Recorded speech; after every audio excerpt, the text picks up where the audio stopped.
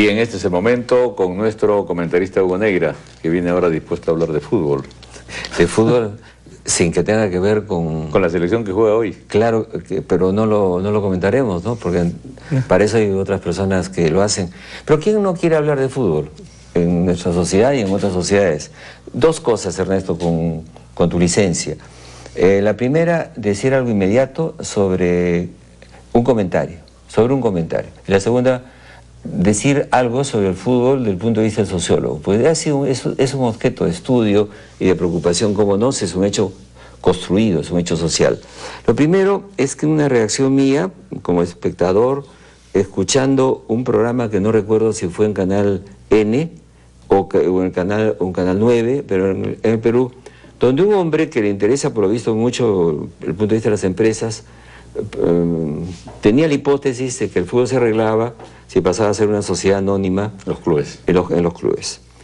Y yo no tengo una discrepancia, y creo que no, pero no es el tema de fondo. Quiero reflexionar sobre el tema ese del fútbol en su organización, de las cosas más simples y sensatas.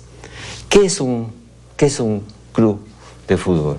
En primer lugar, es un club. Claro. Así de simple, es un club. Que en unos países son asociaciones y en otros son empresas privadas, pero no necesariamente. Tú me decías, en bambalinas. Te decían en bambalinas que en algunos países, en Inglaterra, por ejemplo, en algunos clubes ha dado buenos resultados.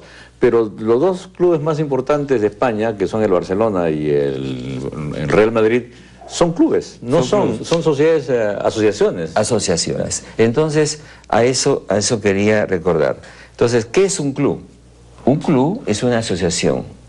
Estamos acostumbrados tal vez a clubes pequeños. Puedo decir, por ejemplo, que es un club, el Club Regatas, porque todos lo conocemos, ¿no? Entonces, el Club Regatas da servicios, ¿no es cierto? Ahora bien, mi experiencia, y aquí juega no el observador o el sociólogo, sino mi experiencia, es que he visto en Brasil y en Argentina y en España los clubes de fútbol. Los clubes son clubes sociales muy grandes, muy vastos, que tienen miles de socios que están acostumbrados a cotizar y en cambio les dan el servicio de lo que se le da a un club de distracción familiar. Entonces se llega a ese club y ahí pues canchas de tenis, de fútbol, salas para bailar, restaurantes para comer, piscinas, etc. Entonces los clubes son clubes sociales con miles de asociados. Estoy hablando pues de sociedades donde están acostumbrados los ciudadanos a pagar impuestos por una parte, y cuando son simpatizantes de un partido político cotizan, y cuando son parte de la afición pagan a un club para ser miembros. El resultado es esa suerte de capitalismo popular. Muchas gentes con pocos gastos, el ingreso al club no es carísimo como pasa con nosotros en una serie de clubes muy importantes. ¿Qué tiene que ver con la calidad del fútbol? Figúrense ustedes que en Brasil, para poner un caso concreto, los grandes clubes del Botafogo y otros, además de tener esos servicios sociales, con ese dinero, con ese capital, no sé si lo hace una empresa privada o no, invierten en colegios. Estoy tomando como punto central de mi reflexión, Ernesto, el misterio de la calidad del fútbol argentino y brasilero. ¿En qué consiste? Tienen colegios de educación de primaria y secundaria, donde ellos reclutan muchachos populares a quienes les dan la educación.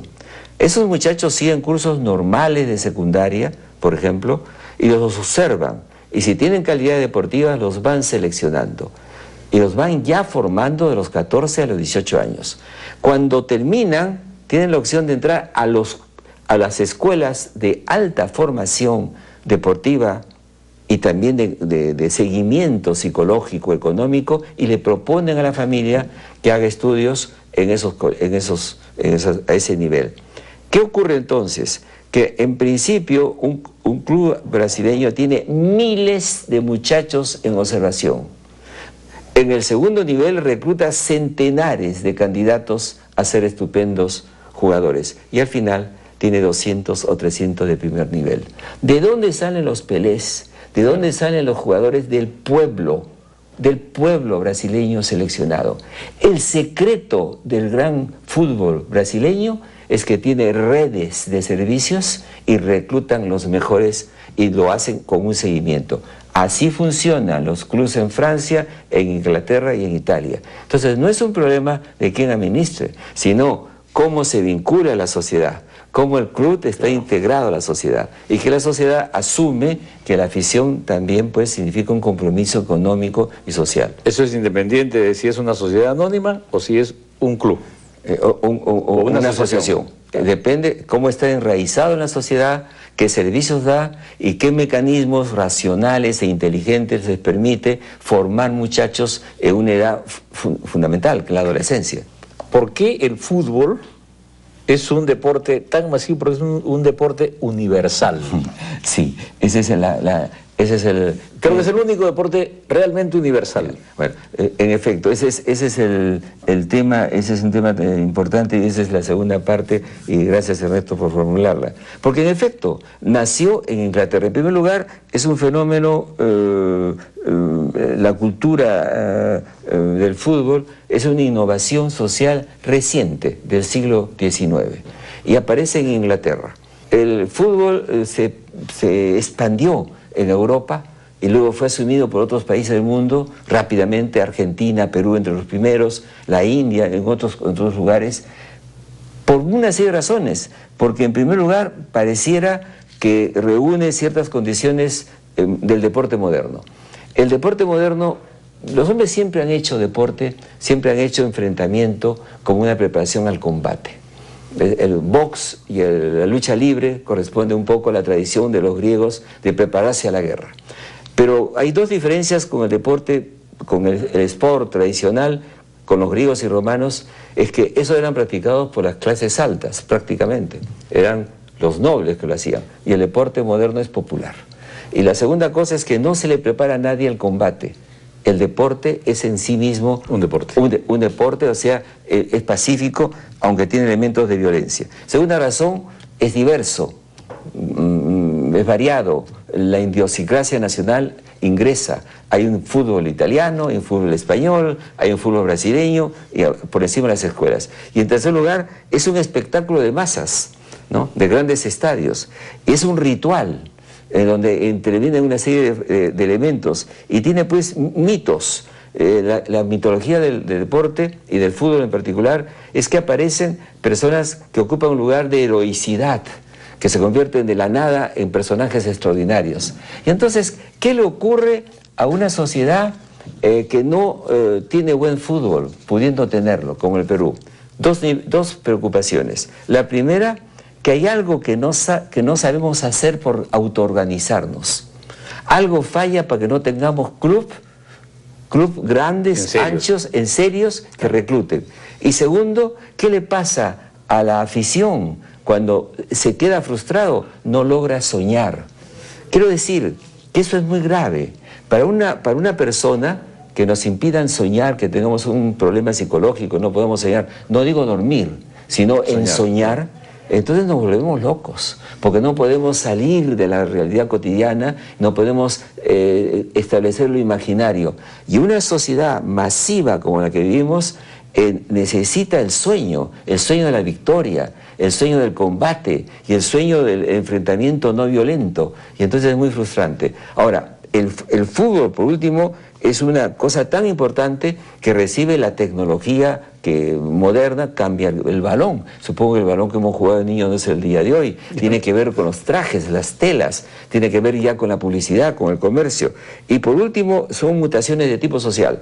Hay un problema mundial en la aparición de la violencia en las tribunas.